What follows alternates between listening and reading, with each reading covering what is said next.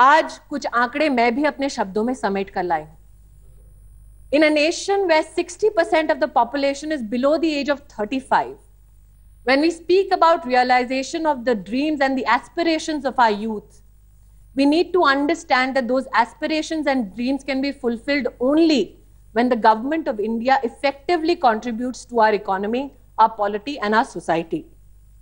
Sir, today when we speak about the state of our economy, how does the Indian youth perceive the Indian economy? Today, the Indian youth sees that this nation has lost 50 million jobs in the past 5 years. Today, the Indian youth sees that 34% of the Indian labor force is either unemployed or underemployed.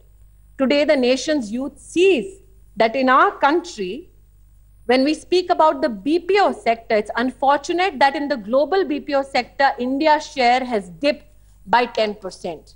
And when the Indian youth looks for answers, it finds that by December 2012, it's the government of India which has stated that in 6 sectors in our economy, which include electricity and roads, 80% of projects are stalled. आज DP Tripathi ji ने अपने उद्बोधन में एक वाक्य कहा था, that statistics don't please everybody. मैं इनकी इस बात का समर्थन करती हूँ। और त्रिपाठी जी जब बोल रहे थे डिफरेंटली एबल्ड के बारे में, तब मैं सोच रही थी कि ये दुर्भाग्य है हमारा कि आज तक आजाद भारत में हम एक एक्यूरेट सेंसस का डेटा डिफरेंटली एबल्ड का भी पंचायत से लेकर राष्ट्रीय स्तर पर प्राप्त नहीं कर पाए। हम बात करते हैं कुपोषण की, मैल न्यूट्रिशन की, और दुर्भाग्य है कि नेशनल हेल्थ सर्वे नंबर 3 2005 के आंकड़ों के आधार पर हम 2013 में मैल न्यूट्रिशन की बात करते हैं। Sir, an updated youth in this country is sought to be served by a government on the basis of outdated data. Renuka ji आज सदन में नहीं है। कल उन्होंने कहा इस सदन में कि वो किसान है, इसलिए आज अगर वो होती सदन में तो मैं उनका ध्यान इस बात की ओर आकर्षित करती कि हमारे देश में आज भी 2/3 नौजवान गांव में रहता है, और जो गांव में रहता है नौजवान, वो भारत की सरकार से पूछता है कि ऐसा क्यों है कि 6.5 दशक बाद भी आज इस आजाद हिंदुस्तान में हर गांव तक हम एग्रीकल्चरल लिटरेसी क्यों पहुंचा नहीं पाए। आज वो देश का गांव का नौजवान पूछता है कि क्यों वो एग्रीकल्चर की ओर आकर्षित हो, जब एग्रीकल्चरल सेक्टर में we have lost 14 million jobs. क्यों वो एग्रीकल्चर की ओर आकर्षित हो when he sees that 41% of small farmers in our country are in debt, कर्जे में डूबे हुए हैं। I'm sure if Renuka ji was here today, she would support me saying that you can never plow a field by turning it over in your mind. If we seriously seek to attract the Indian youth towards agriculture, what all do we need? We need soil testing labs in every village.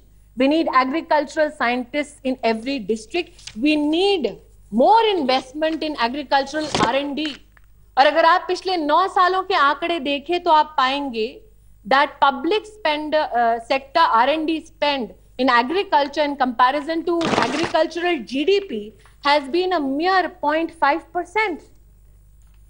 जब देश में NSSO के आंकड़े ये कहते हैं कि 40% किसान अब खेती करना नहीं चाहते, तब मैं महामहिम राष्ट्रपति जी का जो भाषण है उसको पढ़ती हूं, एंड सरप्राइजिंगली एक फ्रेज पाती हूं, and I quote that there is reason for cheer on the agricultural front. Possibly in jubilation, the government of India forgot about the state of Maharashtra. 6000 गांव महाराष्ट्र में सूखे की चपेट में हैं, जिनमें से 75 गांवों ने महाराष्ट्र के मुख्यमंत्री को 11 रुपए का मनी ऑर्डर भेजा है, इस बात का एहसास दिलाने के लिए कि भले ही उनका गांव सूखे की चपेट में है, लेकिन वो अभी भी जिंदा है. वहां जालना में 45 डेज में, एक दिन में पीने का पानी आता है. भिवंडी और थाने में पानी की टैंकर से पीने का पानी लेते लेते दौड़ भाग में 6 बच्चे मर जाते हैं, और यहां भारत सरकार शब्दों का जाल बुनकर अपनी पीठ थपथपाती है और महामहिम राष्ट्रपति के अभिभाषण में महाराष्ट्र के सूखे को भूल जाती है. लेकिन भूलने की आदत इस सरकार में कई लोगों को पहले से ही है. मुझे अभी भी याद है कि जब मीडिया के बंधुओं ने ऑगस्टा वेस्टलैंड के स्कैम के बारे में भारत के गृह मंत्री से उनकी टिप्पणी मांगी तो भारत के गृह मंत्री ने कहा लोग बोफोर्स भूल गए थे, ये भी भूल जाएंगे। और घोटालों की बात छोड़िए, अगर आज मैं पूर्वोत्तर के किसी नौजवान से मिलती हूं तो पूर्वोत्तर का नौजवान मुझसे कहता है कि भारत की सरकार तो हमको कब का भुला चुकी, वरना क्या यह संभव था कि 6.5 दशक के आजादी के बाद भी आज भी मिजोरम हो, मणिपुर हो, नागालैंड हो, अरुणाचल हो, मेघालय हो, आज भी इन 5 राज्यों की राजधानी को रेल के माध्यम से हम पूरे देश से जोड़ नहीं पाए हैं। भूलने की आदत इस सरकार की इतनी है महोदय कि जब बांग्लादेशी घुसपैठियों ने असम में हिंदुस्तानियों पर आक्रमण किया, हिंदुस्तानियों को उनके घरों से बाहर खींचकर उनके घरों को जला दिया, 3,60,000 हिंदुस्तानी जब कोकड़ाझार और धुबड़ी में कैंप में रहने पर मजबूर हो गए, तब भारत सरकार 2 दिन तक आर्मी भेजना भूल गई। आलम तो यह है महोदय कि महामहिम के अभिभाषण में उन सरपंचों का भी उल्लेख नहीं है जिन्हें जम्मू और कश्मीर में आतंकवादियों ने मौत के घाट उतार दिया, सिर्फ इसलिए क्योंकि उन सरपंचों ने लोकतंत्र पर विश्वास दिखाया। यहां पर अगर किसी को याद रहा तो एक परिवार के प्रति अपने श्रद्धा सुमन को अर्पण करना याद रहा।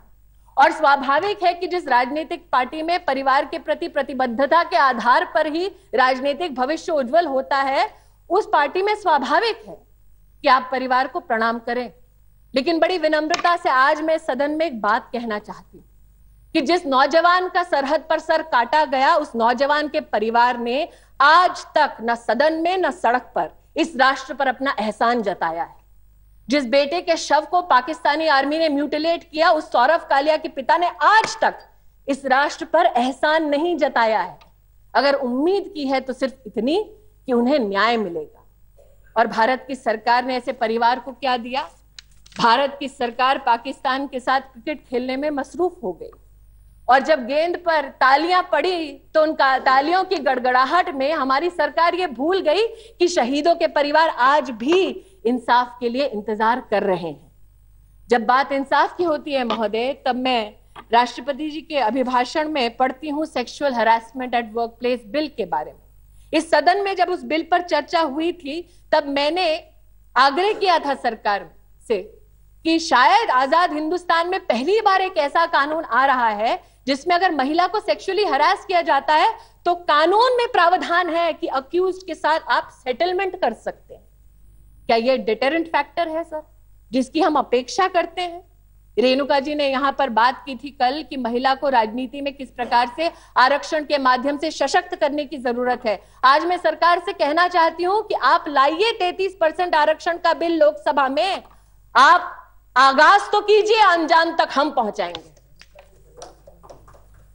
कल आदरणीय leader of opposition Arun Jaitley ji ने कहा इस सदन से कि let us immediately pass legislation which ensures the dignity and security of women in our nation. और मुझे यकीन है कि हम सब अरुण जी की इस बात से सहमत हैं। जब दिल्ली में गैंगरेप की घटना हुई तो हम सब एक स्वर में बोले, सरकार के मंत्री भी बोले कि फास्ट ट्रैक कोर्ट्स की जरूरत है, लेकिन ये सरकार भारत की जनता को ये बताना भूल गई कि फास्ट ट्रैक कोर्ट्स के लिए जो बजटरी एलोकेशन होता है, जो आर्थिक प्रबंधन होता है, उसको इसी सरकार ने अप्रैल 2011 में बंद कर दिया था। जब दिल्ली की सड़कों पर लोग प्रोटेस्ट करने के लिए उतरे तो दिल्ली के मुख्यमंत्री जंतर मंतर पर जाकर मोमबत्ती जलाकर आए। टीवी डिबेट्स में उन्होंने अपनी संवेदना को, अपनी व्यथा को व्यक्त किया, लेकिन देश की जनता को यह नहीं बताया कि धुलीचंद नाम का एक रेपिस्ट है जो उम्र कैद की सजा काट रहा है।